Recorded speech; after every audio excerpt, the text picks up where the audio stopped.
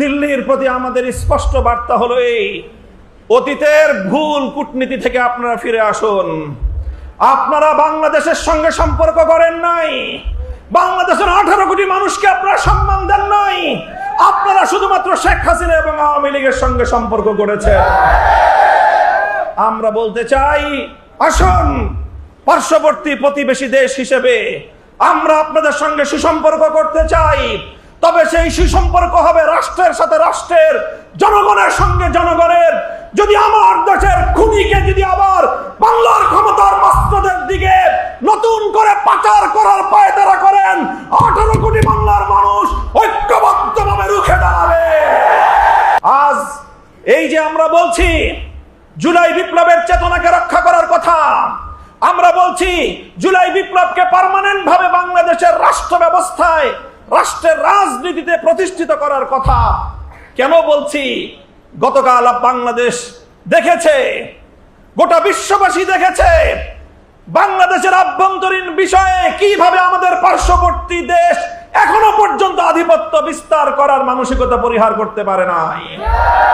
বাংলাদেশের আদালত থেকে খুনি হিসাবে চিহ্নিত হয়ে 1400 মানুষের রক্তে যার হাত রঞ্জিত সেই খুনি শেখ হাসিনার বিরুদ্ধে যেখানে বাংলাদেশের আদালত মৃত্যুদণ্ডের রায় ঘোষণা করেছে, তাকে ফেরারি আসামি ঘোষণা করেছে, যেই শেখ হাসিনার বিরুদ্ধে 2013 সালে শাপলা চত্বরের হেফাজতের গণহত্যার কারণে গ্রেফতারি পরোয়ানা জারি করা হয়েছে, সেই আমাদের দেশের পলাতক আসামিকে পার্শ্ববর্তী দেশ নয়াদিল্লিতে সমস্ত প্রোটেকশন দিয়ে আন্তর্জাতিক গণমাধ্যমের কাছে বক্তব্য প্রদান করার সুযোগ দিয়ে তার রাজনীতিকে সেখান থেকে আবার এস্টাবলিশ করার ষড়যন্ত্র চলছে।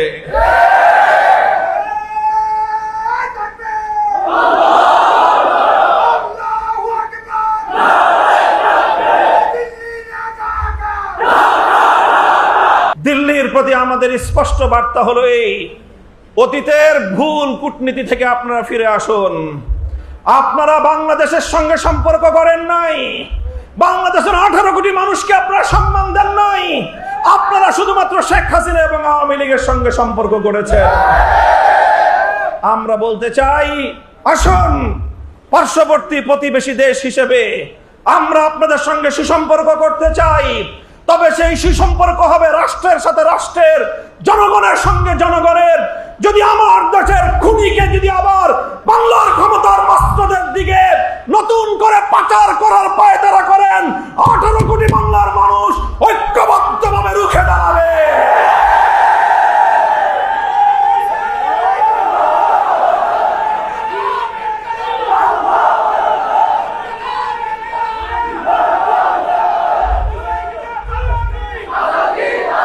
আমি আমার বর্তমান সরকার এবং বাংলাদেশের পররাষ্ট্র মন্ত্রণালয়কে এই জন্য ধন্যবাদ জানাই যে তারা দিল্লির এই এমন পোড়ামাটি নীতির এবং দিল্লির এই অবিবেচনা প্রসূত বাংলাদেশের সার্বভৌমত্বের প্রতি অসম্মান সূচক পদক্ষেপের তীব্র প্রতিবাদ জানিয়েছে।